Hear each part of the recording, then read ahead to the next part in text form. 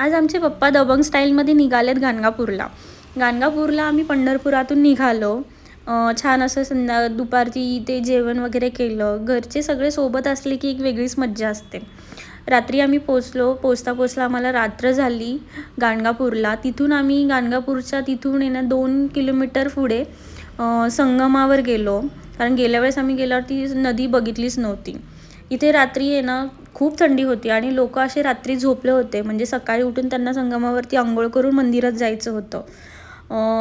2 नद्यांचा इथे संगम असल्यामुळे ह्या नदीला खूप महत्त्व आहे. भीमा आणि उमरजा या 2 नद्यांचं इथे संगम होतं. आम्ही इथे अशी छोटीशी पूजा वगैरे केली, दिवा वगैरे वाहिला, ओटीचं सामान वगैरे वाहिलं. पण इथं आहे ना भक्त खूप येतात. पण थोडंसं असं मला वाटतं की भक्तांनी तीर्थस्थानाचा थोडासा आदर केला पाहिजे, स्वच्छता राखली पाहिजे. संगम हे पवित्र स्थान आहे, पण थोडंसं क्लिनिंग मला काही इथं वाटलं नाही. पण कसं आहे ना, देवाचं स्थान हे आपण नेहमी स्वच्छच ठेवावं. मंदिरामध्ये आपण घाण करतो का? नाही ना. मग ह्या नदीला पण थोडंसं आपण क्लीन ठेवलं पाहिजे.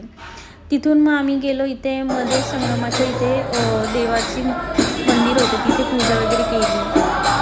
परत आम्ही गाणगापूरच्या तिथे गेलो. वरती लाईनीत असताना आम्हाला तिथून अशी एक आरती होताना दिसली. वरूनच आम्ही मग त्या आरतीचा मान घेतला. खाली आलो, नमस्कार देवाला केलं. ह्या तीर्थस्थानी आहे ना थोडंसं इथे भूतं वगैरे त्याचा खूप हे आहे, म्हणजे भूतं इथं काढली जातात. तर तुम्ही आलात का गाणगापूरला? कमेंटमध्ये नक्की सांगा आणि माझ्या चॅनलला प्लीज सबस्क्राईब करा. असे छान छान नवीन नवीन व्हिडिओ मी तुमच्यासाठी शेअर करत जाईल.